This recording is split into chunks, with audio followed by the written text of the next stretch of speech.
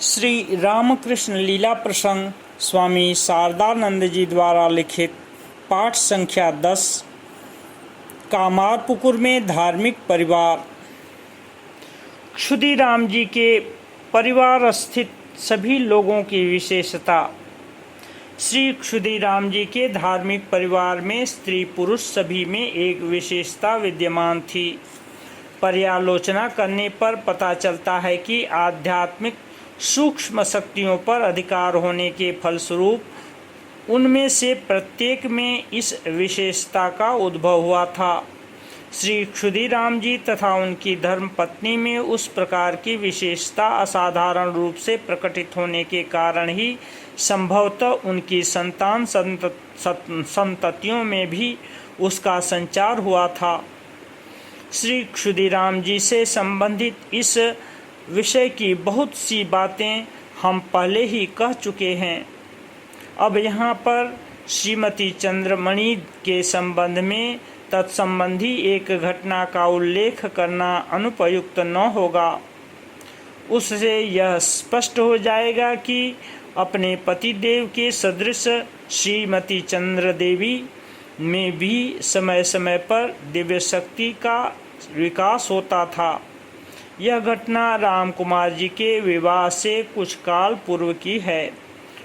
उस समय राम कुमार जी की आयु 15 वर्ष की थी और वे संस्कृत पाठशाला में अध्ययन करने के साथ साथ पुरोहिती वृत्ति द्वारा घर के लिए यथासाध्य सहायता भी करते थे।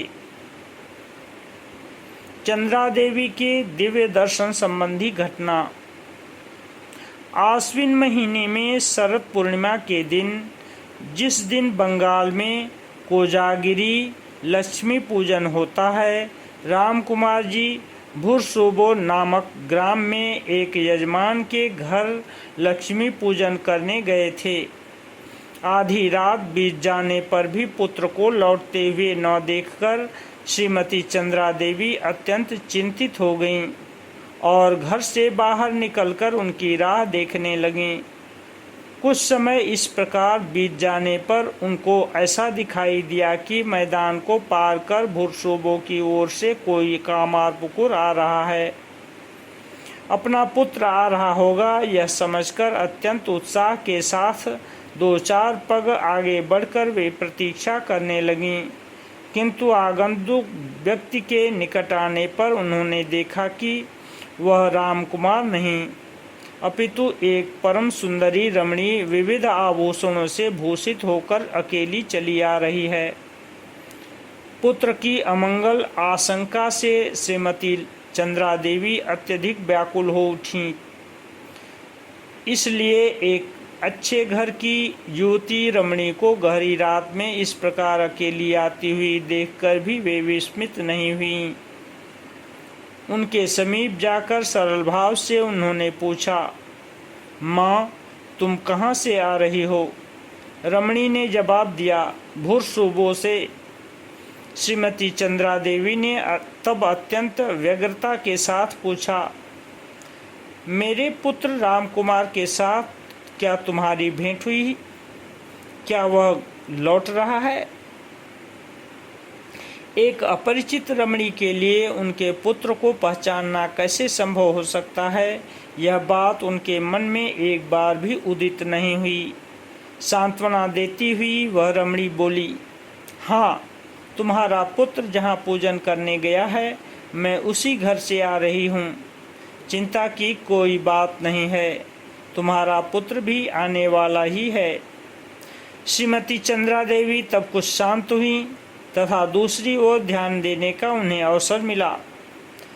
उस रमणी के असामान्य रूप, बहुमूल्य वस्त्र तथा नवीन नवीन आभूषणों को देखकर और उसके मधुर वचनों को सुनकर वे बोलीं, माँ, तुम्हारी उम्र भी अधिक नहीं है। इतने गहने पहनकर इस गहरी रात में तुम कहाँ जा रही हो? तुम्हारे कान में यह क्या गहना है? रमणी ने मुस्कुराहट के साथ जवाब दिया, इसका नाम कुंडल है। मुझे अभी बहुत दूर जाना है। श्रीमती चंद्रा देवी उन्हें संकट में देखकर स्नेहपूर्वक बोलीं, माँ, आज रात में हमारे घर चलकर विश्राम करो, फिर कल तुम्हें जहाँ जाना है वहाँ चली जाना। रमणी ने कहा, माँ, मैं बेबस हूँ, मुझे अभी जाना है, फिर कभी मैं तुम्हारे घर आऊँगी। यह कहकर रमणी ने उनसे विदा ली और श्रीमती चंद्रा देवी के घर के समीप, जहाँ लाहा बाबुओं के धान रखने के लिए अनेक गोलाकार घर थे, उधर चली गई। मार्ग को छोड़कर उन्हें उस ओर जाती हुई देखकर चंद्रा देवी विस्मित हुई। रास्ता भूलकर संभवतः वे उधर गई हैं, यह समझकर वहां उपस्थित हो वे उन्हें चारों ओर अच्छी तरह से ढूंढने लगीं, किंतु उनका कुछ भी पता नहीं चला। तब उस रमणी की बातों को स्मरण कर उनके मन में सहसा यह भाव उदित हुआ कि उन्हें साक्षात लक्ष्मी देवी का दर्शन तो नहीं हुआ। तत्काल ही घबराती हुई अपने पतिदेव के समीप पहुंचकर उन्होंने सारा वृत्तांत कहा। श्री क्षुदीराम जी सब सुनने के पश्चात उनको साहस प्रदान करते हुए बोले, श्री लक्ष्मी देवी ने ही कृपापूर्वक तुम्हें दर्शन दिया है। राम कुमार जी भी कुछ देर बाद आकर जन्नी से उस वृत्तांत को सुनकर अत्यंत विस्मित हुए। क्षुदीराम जी का श्री गयाधाम तीर्थ गमन। तत्पश्चात सन 1835 में श्री क्षुदीराम जी के जीवन में एक विशेष घटना घटी। तीर्थ दर्शन की अभिलाषा पुनः उनमें प्रबल रूप से जागृत हुई। अतः पितरों के उद्धारार्थ उन्होंने श्री गया जी जाने का संकल्प किया। 60 वर्ष की आयु होने पर भी वहाँ की यात्रा पैदल करने में उन्हें किसी प्रकार का भय या संकोच नहीं हुआ। उनकी भांजी श्रीमती हेमांगिनी देवी के पुत्र श्री हृदयराम मुखोपाध्याय ने उनके गयाधाम जाने के कारण के संबंध में एक अद्भुत घटना का हमसे उल्लेख किया है। क्षुदीराम जी के गयाधाम जाने के संबंध में हृदयराम जी कथित अद्भुत घटना। अपनी पुत्री श्रीमती कात्यायनी देवी की अत्यंत अस्वस्थता का समाचार पाकर श्री क्षुदीराम जी एक दिन आनुड़ ग्राम उन्हें देखने गए। श्रीमती कात्यायनी की आयु उस समय लगभग 25 वर्ष की थी। बीमार कन्या की चेष्टा तथा बातों से उन्हें यह निश्चय हो गया कि उनमें किसी भूत प्रेत का आवेश हुआ है। तब एकाग्र चित्त से श्री भगवान का स्मरण करते हुए कन्या के शरीर में आविष्ट जीव को लक्ष्य कर वे कहने लगे, तुम चाहे देवता हो अथवा और कोई, मेरी कन्या को इस प्रकार कष्ट क्यों दे रहे हो? तुरंत ही इसे छोड़कर अन्यत्र चले जाओ। उनकी यह बात सुनकर अत्यंत भयभीत हो उस जीव ने श्रीमती कात्यायनी के शरीर को अवलंबन कर उत्तर दिया, गयाधाम में पिंड देकर यदि आप मुझे इस कष्ट से मुक्त करने का वचन दें तो मैं अभी आपकी कन्या को छोड़ने के लिए प्रस्तुत हूँ। आप जिस समय इस कार्य के लिए घर से चलेंगे तत्काल ही यह संपूर्ण निरोग हो जाएगी, यह मैं आपको वचन देता हूँ। श्री क्षुदीराम जी उस जीव के दुख से दुखित होकर बोले, शीघ्रातिशीघ्र ही मैं गयाधाम जाकर तुम्हारी अभिलाषा को पूर्ण करूँगा, किंतु पिंडदान के बाद ऐसा कोई निदर्शन मैं देखना चाहता हूँ कि जिससे मुझे यह विदित हो सके कि इस योनि से वास्तव में तुम्हारा उद्धार हो चुका है। तब उस प्रेत ने कहा, इस बात के निश्चित प्रमाण स्वरूप मैं इस नीम की सबसे बड़ी शाखा को तोड़कर चला जाऊंगा। हृदयराम जी कहते थे कि उस घटना ने ही श्री क्षुदीराम जी को गयाधाम जाने के लिए प्रोत्साहित किया था एवं उसके कुछ काल बाद उस वृक्ष की सबसे बड़ी शाखा के टूटने से उस प्रेत के उद्धार की बात सभी को निश्चित रूप से विदित हुई थी। श्रीमती कात्यायनी देवी भी तभी से संपूर्णतः निरोग मुक्त हो गईं। हृदयराम जी द्वारा कथित उपरोक्त घटना कहाँ तक सत्य है यह हम नहीं जानते, किंतु श्री क्षुदीराम जी उस समय गया धाम गए थे, इसमें कोई संदेह नहीं। गया धाम में क्षुदीराम जी को देव स्वप्न। सन 1835 के शीत ऋतु में किसी समय श्री क्षुदीराम जी वाराणसी तथा गया धाम दर्शन करने के लिए गए थे। वाराणसी में श्री विश्वनाथ जी के दर्शन करने के बाद जब वे गया धाम पहुँचे, उस समय चैत्र का महीना प्रारंभ हो चुका था। उस महीने में वहाँ पिंडदान करने से पितरों की अत्यंत तृप्ति होती है। यह जानकर ही संभवतः उस महीने में वे गया धाम गए थे। प्राय 1 महीने तक वहाँ रहकर तीर्थ के समस्त कार्यों को संपन्न करने के पश्चात उन्होंने श्री गदाधर देव के श्रीपाद पद्मों में पिंडदान किया। इस प्रकार शास्त्रानुसार पितृकृत्य को संपन्न करने से श्री क्षुदीराम जी के विश्वासपूर्ण हृदय में जो तृप्ति तथा शांति उदित हुई वह वर्णनातीत है।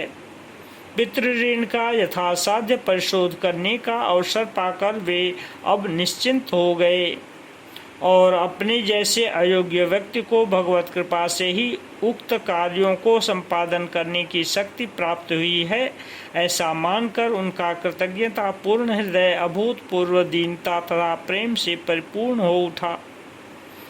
दिन का तो कहना ही क्या है, रात में सोते समय भी वह संतोष तथा उल्लास उनमें बना रहा। निद्रित होते ही उन्होंने स्वप्न में देखा कि मंदिर में श्री गदाधर के श्रीपाद पद्मों के सम्मुख पितरों के लिए पुनः वे पिंड दान कर रहे हैं तथा उनके पितृवर्ग दिव्य ज्योतिर्मय शरीर से पिंडों को आनंद पूर्वक ग्रहण कर उन्हें आशीर्वाद दे रहे हैं। दीर्घकाल पश्चात उनका दर्शन पाकर वे अत्यंत विह्वल हो उठे एवं भक्ति भाव से गदगद रोते हुए उनके चरण स्पर्श कर उन्हें प्रणाम करने लगे। उसके बाद उन्होंने पुनः देखा कि एक अदृष्टपूर्व दिव्य ज्योति से मंदिर पूर्ण हो गया तथा पितृवर्ग संभ्रम के साथ दोनों और हाथ जोड़कर संयत रूप से खड़े हो मंदिर के अंदर अति सुंदर सिंहासन पर सुखपूर्वक विराजमान एक अद्भुत दिव्य पुरुष की उपासना कर रहे हैं। फिर उन्होंने देखा कि नवदुर्वा दल के सदृश श्याम वर्ण ज्योतिर्मय तनु वह पुरुष स्निग्ध तथा प्रसन्न दृष्टि से उनकी ओर देखकर अपने समीप आने के लिए हंसते हुए उन्हें संकेत कर रहे हैं। यंत्र की तरह परिचालित होकर वे उनके समीप उपस्थित हुए और भक्ति विवल हृदय से उन्हें दंडवत प्रणाम कर आवेग के साथ विविध रूप से उनकी स्तुति कर वंदना करने लगे। तदनंतर उन्होंने देखा कि वह दिव्य पुरुष उनकी स्तुतियों से संतुष्ट होकर वीणा जैसे मधुर स्वर से उनको कहने लगे, क्षुदीराम, तुम्हारी भक्ति से मैं परम प्रसन्न हूँ। पुत्र रूप से तुम्हारे घर पर अवतीर्ण होकर मैं तुम्हारी सेवा ग्रहण करूँगा। स्वप्न में जिनकी कल्पना भी नहीं की जा सकती, ऐसे इन शब्दों को सुनकर उनका हृदय आनंद से अधीर हो उठा। किंतु चिर निर्धन वे उन्हें कहाँ रखेंगे, क्या भोजन करने देंगे इत्यादि बातें सोचकर तत्काल ही अत्यंत विषादग्रस्त हो रोते हुए श्री क्षुदीराम जी उनसे कहने लगे, नहीं नहीं प्रभो, मैं इस सौभाग्य के योग्य नहीं हूँ। आपने कृपापूर्वक मुझे दर्शन देकर कृतार्थ किया तथा उक्त अभिप्राय को व्यक्त किया है, यही मेरे लिए यथेष्ट है। वास्तव में मेरे पुत्र होकर जन्म लेने पर मुझ निर्धन से आपकी क्या कभी सेवा हो सकती है। उनके लिए इस प्रकार के करुण वचनों को सुनकर वे अमानव पुरुष अत्यधिक प्रसन्न हुए तथा बोले, क्षुदीराम, डरने की कोई बात नहीं है। तुम जो कुछ प्रदान करोगे संतोष के साथ मैं उसे ही ग्रहण करूँगा। मेरी इच्छा को पूर्ण करने में तुम बाधक न बनो। उनकी इस बात को सुनकर श्री क्षुदीराम जी और कुछ न कह सके। आनंद, दुख आदि की परस्पर विपरीत भावों का उनके हृदय में एक साथ उदय होने के फलस्वरूप वे स्तंभित तथा चेतना रहित हो गए। उसी समय उनकी नींद खुल गई।